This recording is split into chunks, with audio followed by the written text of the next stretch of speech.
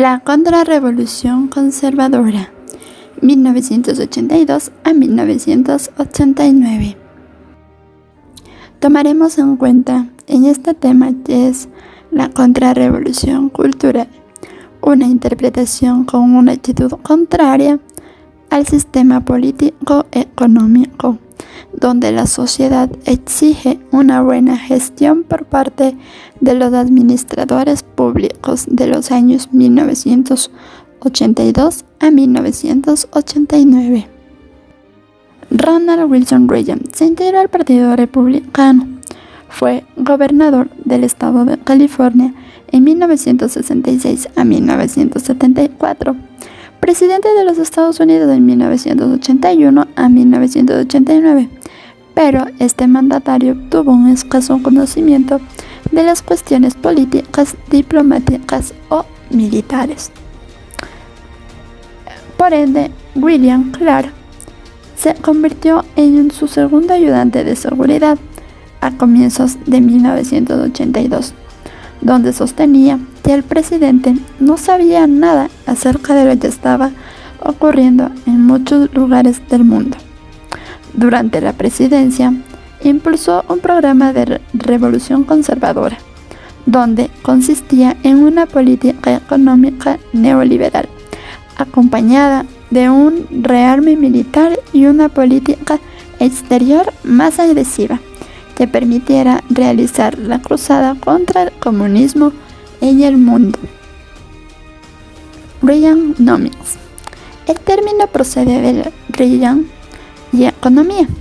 Se utilizó para describir la política económica del gobierno de Estados Unidos por el presidente Ronald Reagan durante los años 80. De esto se encargaba de reducir el crecimiento de los gastos públicos, reducir la regulación de la actividad económica y reducir la inflación. Una de las desigualdades en este proceso era el salario de los trabajadores, que era poco calificado. Iniciaron un largo proceso de descenso y la participación de los trabajadores por el PIB. Esto surgió una disminución a cargo de sus mandatarios. Reactivar la Guerra Fría. Esta iniciativa era la defensa de la estrategia superioridad a cargo de la tecnología.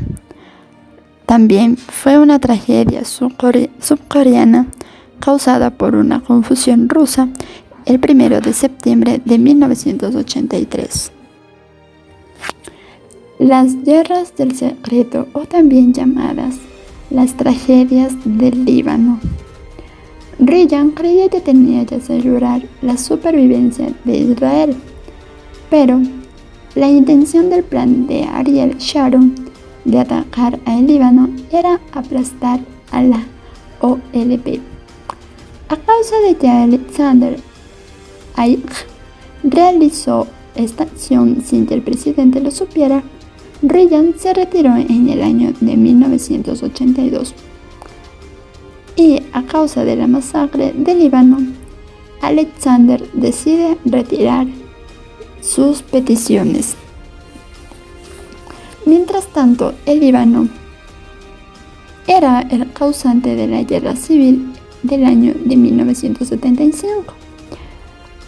La Liga Árabe envía fuerzas de paz y fueron atacados políticamente por los sirios y que apoyaron a los chiíes. También existieron unas operaciones encubiertas donde los norteamericanos retiraron el apoyo financiero a la ONU. La doctrina de Reagan sostenía que debían desaparecer los regímenes marxistas del tercer mundo. Por ende, todas las operaciones fracasaron, excepto la invasión de Grenada. La guerra entre Irak e Irán. Saddam Hussein llega al poder de Irak. Se declara la guerra a Irán con el apoyo de los países sunitas que temían que la revolución iraní se expandiese. Por ende, fracasó en el primer ataque. Quiso tratado de paz, pero Irán no lo aceptaba. Recibió apoyo financiero y militar de Estados Unidos. También recibió el apoyo de Gran Bretaña. Irán se encontraba solo, así que vio obligado a aceptar el alto fuego.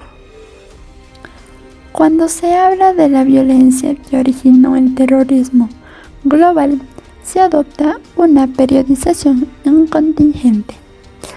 Lo que se iba a ser una guerra de resistencia afgana contra los invasores rusos se convirtió en un enfrentamiento bélico indirecto entre los dos polos que lideraban el mundo. Era Estados Unidos, los países árabes y musulmanes, quienes estaban a la órbita durante la Guerra Fría. Estados Unidos financia la rebelión afgana. A fines de 1979, la URSS interviene militariamente a Afganistán. El conflicto se toma un sangriento puesto que la URSS le resulta imposible enfrentar exitosamente el movimiento guerrillero. Y por último, los soviéticos se retiran en el año de 1989. Los años de plomo de América Latina. América Latina había vivido el final de los años felices de crecimiento entre los desarrollistas alimentada por las exportaciones, sobre todo en los países productores de petróleo como Venezuela y México. En noviembre de 1975 se puso en marcha el Plan Cóndor, una alianza secreta de los gobiernos de Chile, Argentina, Uruguay, Paraguay, Brasil, Perú y Bolivia, creada para coordinar a escala internacional la acción secreta de sus fuerzas represivas. En Argentina se había establecido el régimen al que se le atribuyen de 10.000 a 20.000 muertos. Para aliviar el malestar popular, Galtieri trató de movilizar el entusiasmo patriótico con las conquistas de las Islas Malvinas, pero Margaret Thatcher, con el apoyo de Reagan, derrotaron la intentona argentina. En Brasil, los militares decidieron retirarse a los cuarteles y dejar paso en 1985 a la nueva república, que se inició con una etapa de hiperinflación hasta que Fernando Henrique Cardoso consiguió estabilizar la inflación y atraer inversiones extranjeras durante su mandato. Los países andinos, Colombia, Bolivia, Perú, vivían en estos años desangrados por la actuación de guerrillas, de grupos paramilitares y de bandas de narcotraficantes. En Colombia, las FARC y el ELN actuaban en el campo y el M-19 en las ciudades, mientras los grupos paramilitares estaban al servicio de los terratenientes y de compañías norteamericanas, como Chiquita Brands International, para matar campesinos y expulsarlos de sus tierras. En América Central, los norteamericanos creían que había infiltraciones comunistas, pero la realidad es que todo lo que se encuentra cerca de América Central y del Caribe son algunas críticas al socialismo primitivo que practicaban los cubanos.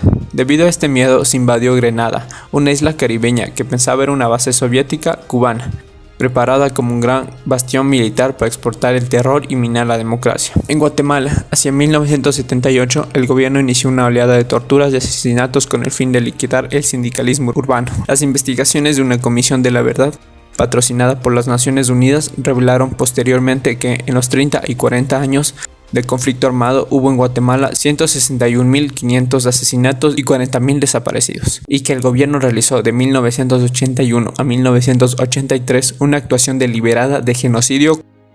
El segundo mandato de Reagan.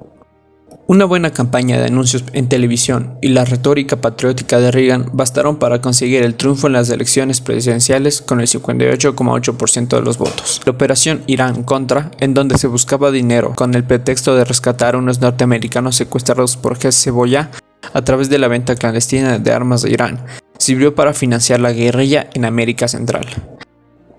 Decadencia y crisis de la Unión Soviética.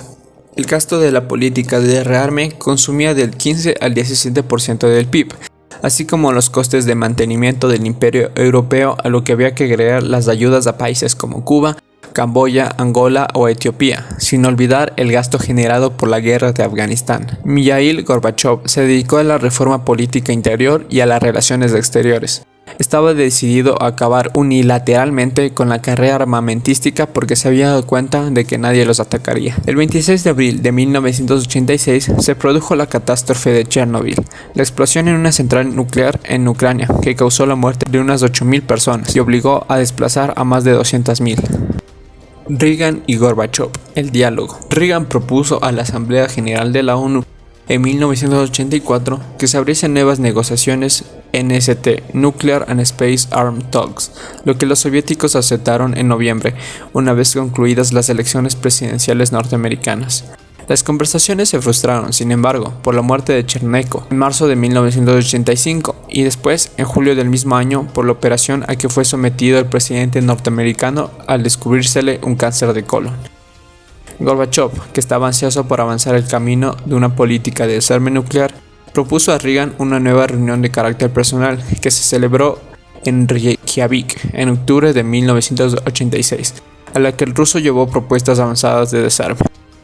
En diciembre de 1987, Gorbachev viajó a Washington para una serie de conversaciones que condujeron a la firma del Tratado de Eliminación de Armas Nucleares de Alcance Medio, en lo que Reagan calificaría en su diario como la mejor cumbre que nunca hayamos tenido con la Unión Soviética.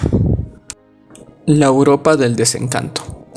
En mayo de 1979, Margaret Thatcher llegó al poder en Gran Bretaña, al frente del Partido Conservador, y comenzó anunciando su propósito de reducir el sector público, suprimir los controles de precios y reformar los sindicatos. La huelga de los mineros, provocada por los cierres de minas, se inició en marzo de 1984 y duró un año, hasta acabar con la derrota total de los trabajadores.